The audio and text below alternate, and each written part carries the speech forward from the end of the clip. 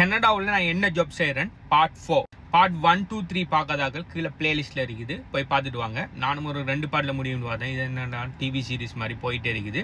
Maximum இந்த பார்ட்டோட கனடாவில் நான் என்ன ஜாப் செய்கிறேங்கிற எல்லா விஷயத்தையுமே நான் சொல்லி முடிக்க பார்க்கணும். Okay, I try. பார்ட் 3ல சொல்லியிருந்தேன், என் பேங்க்ல இருந்து கண்டினியூஸாக எவ்ரி மந்த் இன்சூரன்ஸ் மணி போயிட்டு இருக்குது. அப்போ இன்சூரன்ஸுக்குள்ளே போனால் அது ரெசஷன் ப்ரூஃபான ஒரு பிஸ்னஸாக இருக்கும். Tier 3 கேட்டகரிக்குள்ளே வரதால இன்னைக்கு எக்ஸ்பர்சென்ட்லேயும் பாயிண்ட்ஸ் கிடைக்கும். ப்ளஸ் நான் ஆல்ரெடி செஞ்சிருக்கிற லீட் ஜெனரேஷன் கண்டென்ட் கிரியேஷனுங்கிற இந்த ஃபீல்டோட அது ஒத்து போகுது.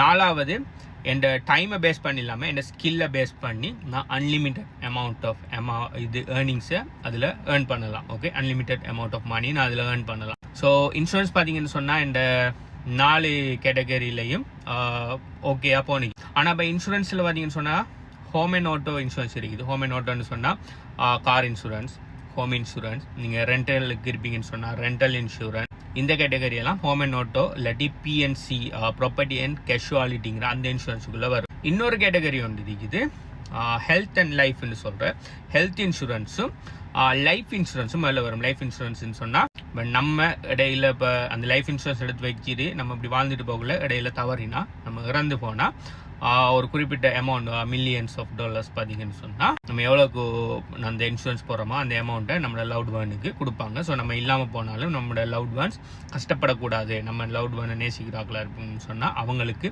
போய் சேர்ற மாதிரி எடுக்கிறது தான் அந்த லைஃப் இன்சூரன்ஸ். அதுலேயும் வேர்ல்ட் லைஃப் இன்சூரன்ஸ் இருக்குது, டேர்ம் இன்சூரன்ஸ் இருக்குது. வேர்ல்ட் லைஃப் பார்த்தீங்கன்னு சொன்னால் லைக் நீங்கள் இறந்தால் மட்டும் இல்லை, லைக் டோட்டலாகவே ஒரு குறிப்பிட்ட காலத்துக்கு பிறகு மொத்தமாக நீங்கள் கட்டின பணம் எல்லாத்தையும் எடுக்கலாம். டேர்ம் இன்சூரன்ஸ்னு பார்த்தீங்கன்னு சொன்னால் நீங்கள் இறந்தால் மட்டும்தான் பணம் தருவாங்க, நீங்கள் அதுக்குள்ள ரெக்கார்டி ஒன்றும் இல்லை.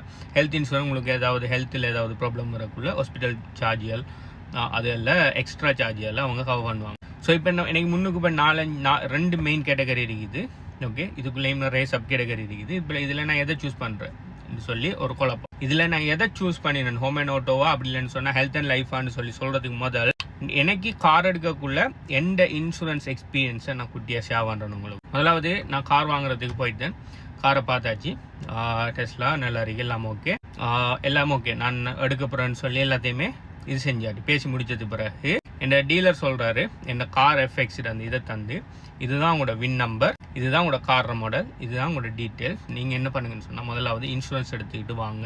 நீங்கள் இன்சூரன்ஸை காருக்கு எடுத்ததுக்கு பிறகு தான் நீங்கள் காரை டிரைவ் பண்ணலாம்னு சொல்கிறாரு. ஏன்னு சொன்னால் கனடாவில் கார் இன்சூரன்ஸுங்கிறது மெண்டட்டரி. கார் இன்சூரன்ஸ் இல்லாமல் நீங்கள் டிரைவ் பண்ணலாம். நம்ம ஸ்ரீலங்காவில் இருக்கிற மாதிரி தேர்ட் பார்ட்டி இன்சூரன்ஸ் இங்கேயும் தேர்ட் பார்ட்டின்னு சொல்லுவாங்க, ஆனால் உண்மையாக அது நம்ம ஸ்ரீலங்காவில் இருக்கிற மாதிரி ஒரு 1000 ரூபா 2000 ரூபா கொடுத்து போட்டுவாங்க. அந்த மாதிரி தேர்ட் பார்ட்டி இல்லை. இங்கே தேர்ட் பார்ட்டின்னு சொன்னாலும் நீங்கள் உங்களோட காருக்கு தேர்ட் பார்ட்டி இருந்து நீங்கள் யாரோ ஒரு காரில் போய் மோதினாலும் அவரோட காரை இணைக்கி கொடுக்குறாங்க. அதாவது மற்ற தேர்ட் பார்ட்டியோட காரை மொத்தமாக இணைக்கி கொடுக்குற பொறுப்பை உங்களோட இன்சூரன்ஸ் கம்பெனி எடுக்கும். நீங்கள் தேர்ட் பார்ட்டி இன்சூரன்ஸ் வச்சிருப்பீங்க சொன்னால், அதாவது இங்கே இருக்கிற தேர்ட் பார்ட்டி பார்த்தீங்கன்னு சொன்னால் செகண்ட் பார்ட்டிங்கிற மாதிரி தான் ஒர்க் ஆகும். ஸ்ரீலங்காவில் இருக்கிற தேர்ட் பார்ட்டி மாதிரி இல்லை. ஸோ நீங்கள் கட்டாயம் ஃபர்ஸ்ட் பார்ட்டி இன்சூரன்ஸ் அப்படி செகண்ட் பார்ட்டி இன்சூரன்ஸ் எடுத்திருக்கணும்.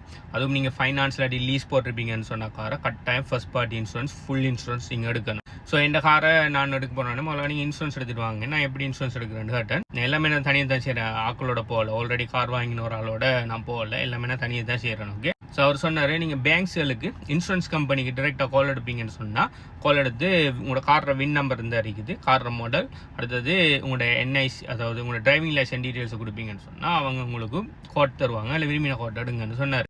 ஓகேன்னு சொல்லி போட்டு முதலாவது எனக்கு தெரிஞ்ச அவர் அதில் ஒரு ரெக்கமெண்டேஷன் ஒன்று சொன்னார், டிடியில் நல்ல ரேட் கொடுப்பாங்க பாருங்கன்னு சொன்னார்.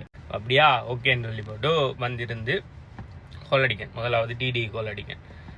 டிடி கால் அடித்து ஹாய் நான் இன்சூரன்ஸ் எடுக்கணும்னு சொல்லியும் டிடி இன்சூரன்ஸோட கூகுளில் தான் தேடி எடுக்கேன். ஓகே, என்ன உங்களோட கார் வின் நம்பர் சொல்லுங்கள், பேர் சொல்லுங்கள், ஃபர்ஸ்ட் நேம் லாஸ்ட் நேம் எல்லாத்தையுமே போட்டுட்டு $1,200 சொன்னார். $1,200 இயருக்கு 100 இல்லையா, மந்த்துக்கா இல்லை விலங்குல $1,200 நான் மாதம் கட்ட வேண்டிய $750 அன்னரை நான் பே பண்ணிட்டு இருக்கிறேன். உங்களோட இன்சூரன்ஸுக்கு அதுவும் ஆக்சிடென்ட் பட்டால் மட்டும்தான் நீங்கள் தர போகிறீங்க, அப்படி இல்லாட்டி நீங்கள் உங்களோட பாக்கெட்டுக்கு போட்டு போகிறீங்க. இதுக்கு $1,200 நான் பே பண்ணணுமானா எஸ் நீங்கள் $1,200 பே பண்ணணும். குறைக்கிறதுக்கு ஏதாவது வழி இருந்தால் இல்லை. நீங்கள் புது டிரைவர் கனடாவுக்கு அதனால் இதுதான் இன்சூரன்ஸ் ரேட், இதுதான் பெஸ்ட் எங்களால் ஆஃபர் பண்ண முடியும். I'm literally heartbroken. என்னடா சரி 1200 யோசிக்கல. ஏன்டா இந்த 2 ஃப்ரெண்ட்ஸ் கார் ஓடுறாங்க, ஒரு ஆளுக்கு இன்சூரன்ஸ் பார்த்தீங்கன்னு சொன்னால் 300 இன்னொரு ஆளுக்கு 200 150 அந்த ரேஞ்சில்.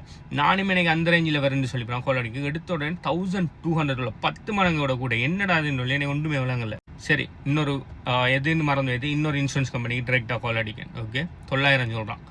1200 900 கொஞ்சம் குறைஞ்சிருக்கு. அப்போ இன்னும் கொஞ்சம் பார்ப்போன்னு சொல்லி போட்டு 5 இன்சூரன்ஸ் கம்பெனி கால் அடித்தேன். குறைஞ்ச ரேட் எனக்கு கிடைச்சி பார்த்தீங்கன்னு சொன்னால் $800. குறைஞ்சது 5 இன்சூரன்ஸ் கம்பெனி கால் அடிச்சு டிரெக்டாக எனக்கு குறைஞ்ச ரேட் $800. எனக்கு 800க்கு எடுக்கிறதுக்கு ஐடியாவே இல்லை. இந்த மேக்ஸிமம் என்னால் போயாலும் ஒரு 400 to 500க்குள்ளே தான் நான் போகிறதுக்கு நான் ப்ரிப்பேராக இருந்தேன். என்ன செய்கிறேன்னு தெரியாமல் எல்லாம் தெரிஞ்சு இங்கே கனடாவில் இருக்கிற தெரிஞ்ச ஆக்கள் 2-3 பேர் கால் அடிக்கணும். இப்படி இன்சூரன்ஸ் எல்லாம் இவ்வளோ ரேட் வரும், அவங்களுக்கு ஷோக்கினா இவ்வளோ ரேட் வருதா? ஏன்டா அந்த டைமில் நாடு குழம்பி நாடு ஒரு சரி தத்தளிப்பான நிலைமையில் போயிட்டு இருக்கிற காலகட்டம். அடுத்தது எக்ஸிடென்டெல்லாம் அந்த பிரம்டன் ஏரியாவிலலாம் பயங்கரமாக எக்ஸிடென்ட், அதாவது கார் இது களவு போகிற அதை மாதிரியான பிரச்சனை போயிட்டு இருக்கிற பீரியட். அப்போ என் ஃப்ரெண்ட் ஒரு ஆள் டிரெக்டாக கம்பெனிகளுக்கு கால் எடுத்தால் ஏஜென்சிகள் பேசுவாங்க. அதாவது ஏஜென்சிகிட்ட போகாமல் இன்சூரன்ஸ் ப்ரோக்கரேஜிட்ட போனால் நல்ல ரேட் தரது சான்ஸ் இருக்குன்னு சொல்லி ஒரு ஆள் சொன்னார். நீங்கள் அப்போ தான் இன்சூரன்ஸ் ப்ரோக்கரேஜின்னு சொல்லி ஒரு விஷயம் ஒன்று கேள்விப்படுறேன். சரி, என்கிட்ட ஒரு இன்சூரன்ஸ் ப்ரோக்கர் நம்பருக்கு அவர்கிட்ட அடிச்சு பாருங்கள், மேபி நல்ல ரேட் தரது சான்ஸ் இருக்குன்னு சொல்லி போட்டு தந்தார். ஓகேன்னு சொல்லி போட்டு அதை எடுத்து அவருக்கு கால் எடுத்து இப்படி தான் இந்த கார் டீட்டெயில்ஸ் கொடுக்க அவர் சொன்னார்.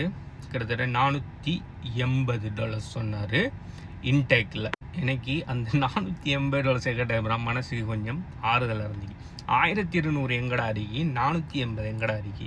அப்போ அவர் சொல்லிட்டு அவ்வளோ கான்ஃபிடென்ட்டாக ஓகே செய்வோமா, ஓகேயா இன்சூரன்ஸை போடுவோமான்னு கேட்காரு. அப்போ நான் சொன்னேன், நான் கொஞ்சம் யோசிச்சுட்டு இன்னும் 2-3 இடத்த ஷாப் அரவுண்ட் பண்ணிட்டு வரேன்னு. அதுக்கு அவர் தந்த ரிப்ளை என்னன்னு தெரியுமா? எனக்கு உன்னோட டீட்டெயில்ஸை நான் என் சிஸ்டமில் போட்டு 42 இன்சூரன்ஸ் கம்பெனியில் செக் பண்ணி இதுதான் பெஸ்ட் ரேட் உனக்கு கிடைச்சது. 42 கம்பெனியை தாண்டி நீ இன்னும் எந்த கம்பெனிக்கு போய் நீ சர்ச் பண்ண போகிற? அப்படி சர்ச் பண்ணனா சர்ச் பண்ணி நீ ஒரு டைமை தான் வேஸ்ட் பண்ணுவேன், பண்ணி முடிச்சுட்டு கடைசி நீ டைம் வருவேன். பரவாயில்ல, குட் லாக்னு சொல்லி வச்சாரு. 42 இதில் போட்டால் 50வது கம்பெனியில் இன்னைக்கு கிடைக்குன்னு சொல்லி போட்டு இன்னும் 2-3 இடத்தையும் தேடி பார்த்தேன். 800க்கு குறைய நான் தனித்தனி இன்சூரன்ஸ் கம்பெனி கொடுத்த ஒருவங்க கூட 800க்கு குறைய நீ சொல்லலை. கடைசி அப்படியே அந்த ஈவினிங் திரும்ப கால் எடுத்து அந்த நீங்கள் சொன்ன அந்த 480க்கு இன்டாக்ட்லேயே போடுவோம் சொன்னேன் தானே.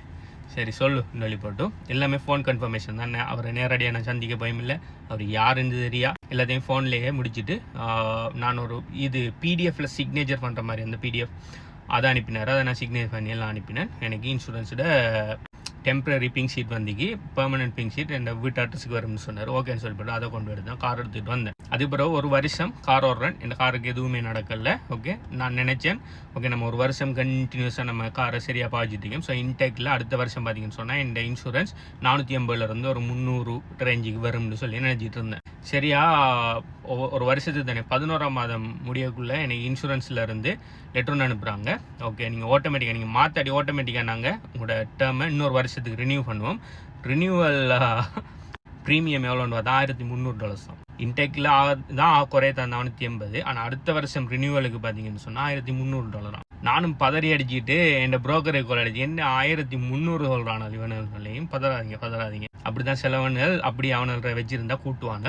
நம்ம வேற ஒரு இதில் போடுவோமே உங்களோட டீட்டெயில்ஸ் நான் திரும்ப சொல்லுங்கன்னு சொல்லி திரும்ப கொடுக்க எக்கனாமிக்கலுங்கிற அந்த இன்சூரன்ஸில் $300 எனக்கு அடுத்த இயருக்கு காட்டி நிற்கி. அதுக்கப்புறம் நான் 2வது வருஷம் இப்போ கரண்ட்டாக எக்கனாமிக்கில் போயிட்டுருக்கிறேன். அந்த டைமில் நான் பிக்கரிங்கில் இருந்தேன். அதுக்கப்புறம் திரும்ப நான் என் அட்ரஸை மாறி டொரண்டோவுக்கு கிட்ட வந்ததால் இப்போ என் இன்சூரன்ஸ் திரும்ப ஒரு $150 மேலே போய்த்து. இருந்தாலும் $500 இருந்து $300 ஒரு வருஷத்தால் குறைஞ்சிக்கு வேறு இன்சூரன்ஸ் இல்லை எடுக்கக்குள்ள. இப்போ என் இன்சூரன்ஸ் புரோக்கரை யோசிச்சு பாருங்க, அவர் என்ன தேடி வரல, நான் தான் அவரை தேடி போனேன். ஒரு வருஷம் 1வது வருஷமும் போனேன், 2வது வருஷமும் போனேன். அவர் எனக்கு பெஸ்ட்டான ரேட்டை 42 கம்பெனிஸில் இருந்து தேடி எடுத்து எனக்கு தந்தார். எனக்கு பெஸ்ட்டான ரேட்டுக்கு இன்சூரன்ஸ் கிடைச்சிக்கு நான் ஹாப்பி, புரோக்கருக்கு அந்த இன்சூரன்ஸ் கம்பெனி கமிஷன் கொடுக்கும், அவரும் ஹாப்பி. ஸோ இந்த ஸ்டோரியையும் இப்போ இன்சூரன்ஸுக்குள்ளே நான் என் ஜொப்பை மாற்றினேன், அதாவது நான் ஒரு இன்சூரன்ஸ் ஏஜென்ட் அப்படி புரோக்கராக மாறணும், அதையும் இதையும் கம்பேர் பண்ணி பார்க்கக்குள்ள எல்லாமே அலைன் ஆகினிக்கு. ஸோ அதனால்